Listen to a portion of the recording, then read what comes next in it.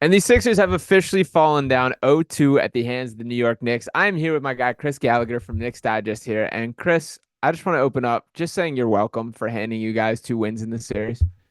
Thank you so much. I mean, maybe if you guys had role players who want to play a little bit better, maybe if you didn't want to pay Tobias Harris all the money in the world for him to put up 10 points a game on 11 shots, you guys could have a win by now. But here we are, 2-0 Yeah. New York Knicks.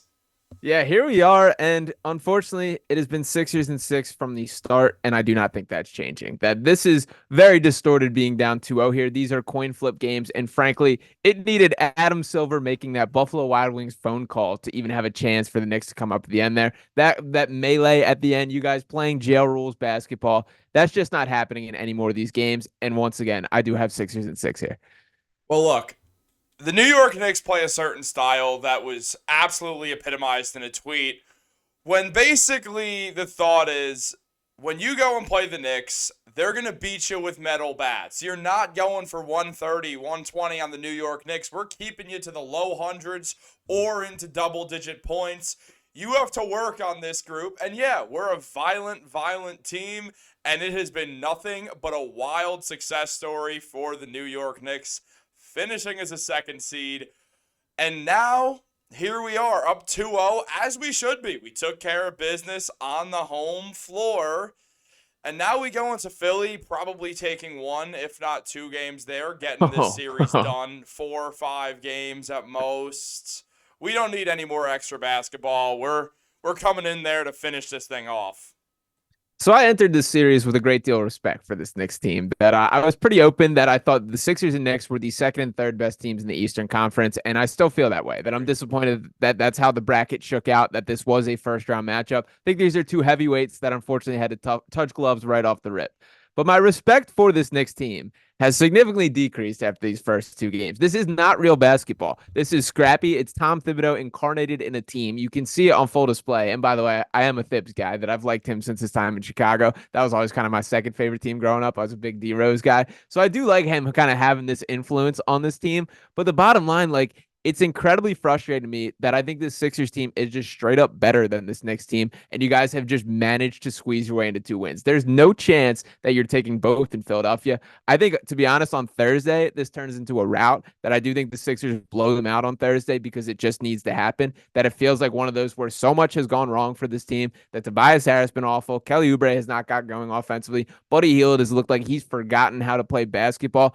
Doesn't make any sense how bad some of these guys have been, that I just don't expect some of those breaks to go this way. And Josh Hart is going to figure out that he's not Klay Thompson at a point in time. And I expect that all to go down. So this, I think, is a wake up call on Thursday that things go down. And then all of a sudden it's a series from there.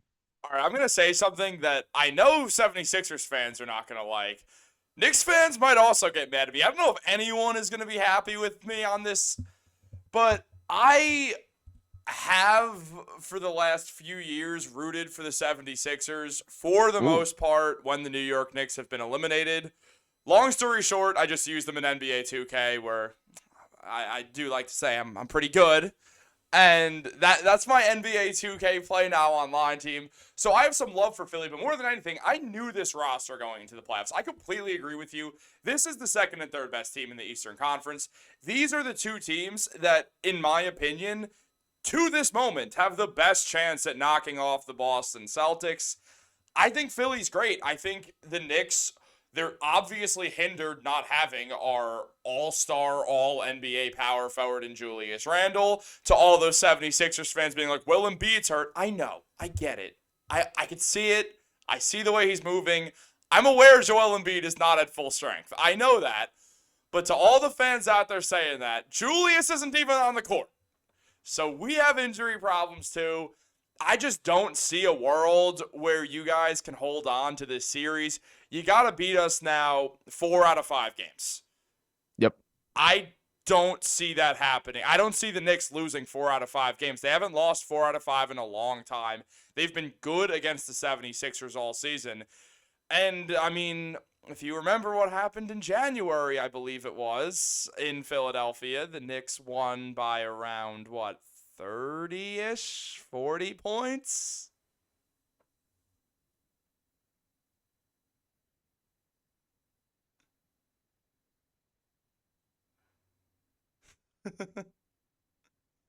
Yeah. My bad. You cut out a little bit there. Oh shoot. You Um. get you. We'll chop this one at the end. I pretty much heard you just came through in doses, but I'll edit this out and resend it your way if needed. Awesome. Sounds good. But yeah. All right. No, the Knicks went to Philly, 140, won by what, 30, 40 points. Truly came in there and did their thing so well. I think the Knicks have Philly's number at this point.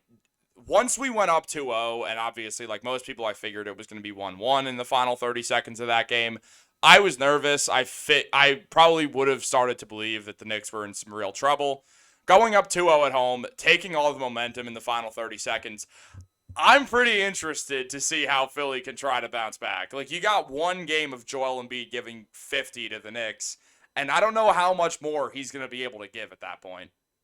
Yeah, so you hit on a couple things there. For starters, this Knicks team is everything that the Sixers team is not, and I mean that they are the hard nosed, they grit things out, and that's just not how the Sixers team wins, which is frustrating to a lot of people, myself included. You also touched on the injury stuff. That I will not take that because there's a significant portion of the Knicks fan base that would argue the team is straight up better without Julius Randle. That black hole of an offensive weapon just chucking up just contested mid-rangers. He's Tobias Harris. He's closer to Tobias Harris than he is Joel Embiid, if we're making that type of comparison there. And another like huge critique with Joel Embiid that I heard going this series, all I heard from Knicks fans and all I hear all year is about the whistle.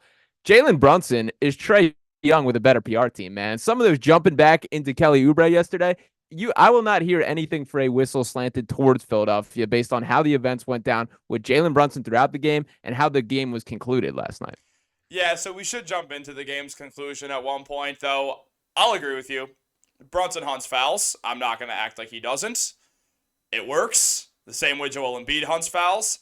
Do I find it to always be the most exciting version of basketball? No. But both of them are manipulating the NBA's rules in their favor, and I think in cases like that, you gotta give them the respect of, they're playing by the rules of basketball.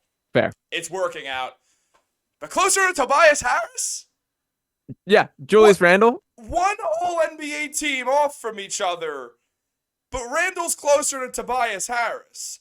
Because last Joel time Embiid? I checked, Tobias Harris has never been anywhere near 25 and 10 for a season with 5 assists, making all-star games, making all-NBA teams.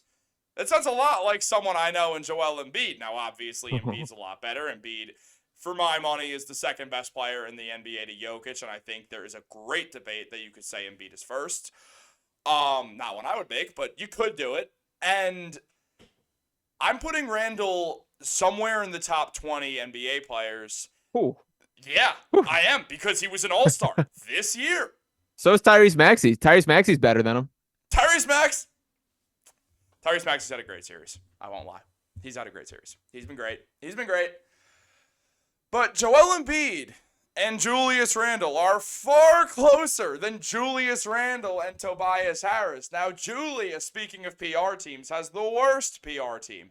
That's because Knicks fans don't like him. Julius's first season with the Knicks, he was brutal. No one's debating that Julius Randle didn't have a rough first season and a rough third season with the New York Knicks. Outside of that, he's brought the Knicks back to the playoffs for the first time in 8 years. He's made 2 All-NBA teams and 3 All-Star teams. Now, if Tobias Harris makes 1 All-Star team, I will probably be so shocked I'll faint. Yeah, I don't see him making an all-star game, but he has averaged 20 before on the empty calorie statistics in a similar way to what I would consider Julius Randle's game there. And we mentioned the role players. We mentioned how great all these guys are.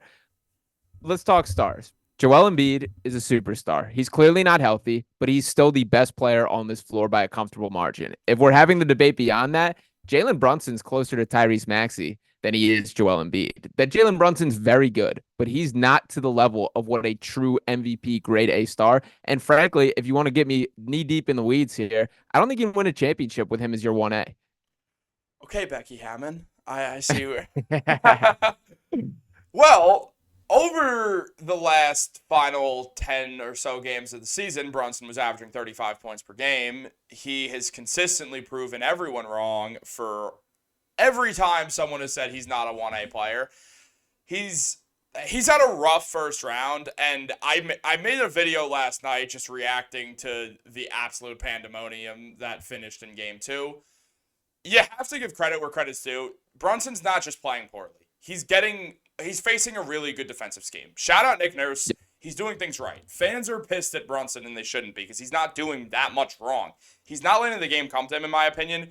But also, I apologize, Kelly Oubre. I was not familiar with your game. I knew he was a good defender. I didn't know he was that. This has been stunning to me to see Kelly Oubre just really be this good at defense. But Jalen Brunson can be a 1A. I think it's pretty hard to make an argument that he's not a top 10 player, and obviously that's not the benchmark for being the best player on a championship team. But if people are going to treat Jason Tatum as the fact that he could be the best player on a championship team, then you have to treat Brunson the same way. Because Jalen Brunson and Jason Tatum basically are on the same level at this point. I'd say Brunson more clutch for sure.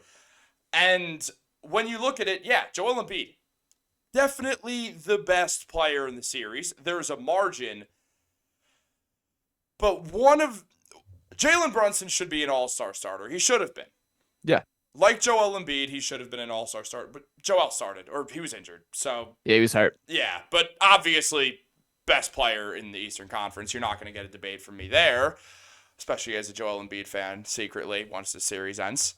Respect. But no, absolutely not is Jalen Brunson on the same level as Tyrese Maxey. He is far and away the better player.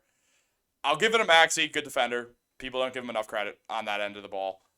But no, Jalen Brunson's a superstar. He's proven to everyone that he's an NBA superstar at this point.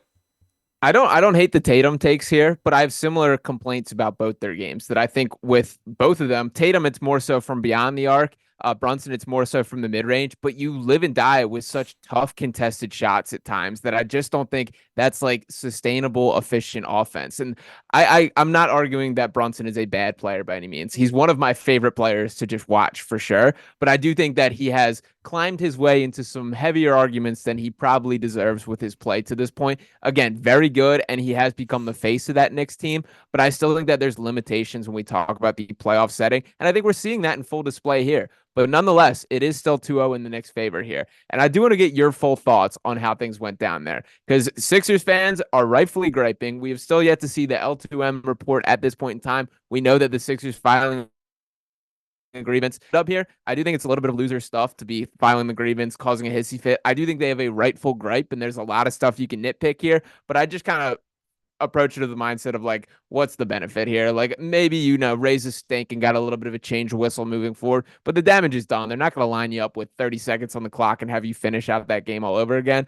So I hate that it all went down. I do think that there's a ton of garbage. You have to call the timeout there when Nick Nurse gives it. And frankly, I have not seen enough blame for Kyle Lowry here, because from my mind, Kyle Lowry, dude, that's on you. You're the veteran champion point guard. You're the guy making the inbounds pass, the guy trusted to make those types of decisions. Call the timeout yourself, dude. Don't throw that to Maxey, which isn't a clear pass. It was a bad decision there. But overall, wild sequence of events there. What did you think of the ending? Okay, so obviously I'm a Knicks fan. I was screaming, and I actually, when Dante DiVincenzo hit that second three, I got up off my couch and started running to, I don't know where. I live in an apartment. It's not that big, so I don't know where I could have ran to. Instantly slipped. Instantly. The second I got up, it was like I fell on a banana, and I just was like, nope, I'm okay. But in all seriousness, yeah, I think that filing that gripe makes no sense. It just doesn't. Like, maybe it'll somehow change the way that the calls get made for Philadelphia, or you're just going to upset the refs more or something. I don't understand why there wasn't an instant timeout after that first three went down. You're up by 2 points. Why are you inbounding the ball where if there's a steal, there's a very likely chance at either a game-tying shot or a shot that takes the lead, which is exactly what happened? I think that's completely on Kyle Lowry. Nick Nurse was saying, like, oh, I called a timeout, and the refs look. You have to, if you're Nick Nurse, you have to look at the way that Tom Thibodeau calls timeouts. Tibbs essentially runs towards the referee and screams it. You can't just go like this and expect the refs to be staring you down when the most pivotal possession of the game is about to go down. They're watching the players because that's what they're taught to do. The coaches have to gain their attention. Tibbs runs up and screams for those timeouts. That is Nick Nurse should have done that. I don't want to say it's his fault for not doing that, but he should have done that. If you're blaming someone, it's on Kyle Lowry. I don't know why he threw that pass. They mentioned it on NBA on TNT after, as I stuck around to watch the Lakers game as a LeBron fan, so that was horrific. But they said it on NBA on TNT. Like Shaq said, one of the main rules is not to run towards the baseline in a situation like that. Maxey turns directions, runs to the baseline, and yeah, part of that blame can go on him, but it's on Lowry for throwing that pass. He should have called a timeout. If the 76ers want to blame someone, you have to look internally first, because Kyle Lowry completely made an unforced error that costed them the game. And the bigger issue here is if you get a rebound, we're not talking about any of this. Absolutely. That was the root of everything there, and we've seen these issues. The 23 offensive rebounds in the first game, that was a clear adjustment in the second, that they were clearly zeroed in on that. But then at the biggest moment, it let you down again, and that is a weakness on this team. And this was something that we knew that this Knicks team was going to exploit going in. So super frustrating that it showed up the worst time. But I do agree with you on the Nick Nurse side of things as well, that you just got to be more aggressive, more clear about it there. And I did hear out his explanation after the game that he said the plan A, option A, would be to get the ball in quick and, get the foul like it is right there. And then, but the second that you did not see that happening, that's when you absolutely have to track down the official if you have to, sprint out in the court if you need to. And that just did not happen. So definitely frustrating there. Definitely a tough one to pick yourself off the mat up. But I fully expect the Sixers team to do it. So before we wrap things up here, I'm locking it in once again. I think the Sixers come back and win the series. Think they take 2 in Philly. Think they squeak one out in New York in Game 5, and then clean things up in front of the home fans once again. We send you guys home packing, and then you're keeping your paws off Joel Embiid this summer. Okay, well, I will say I like Joel Embiid, but do I want that career 44% from the field in playoffs? What's that? The guy that gave you 34, 11, and 6 last night, you don't want? Took him 29 shots to get there, didn't it? And took that with him. Took that one home. Philly's going to take one in home also. And I'm excited.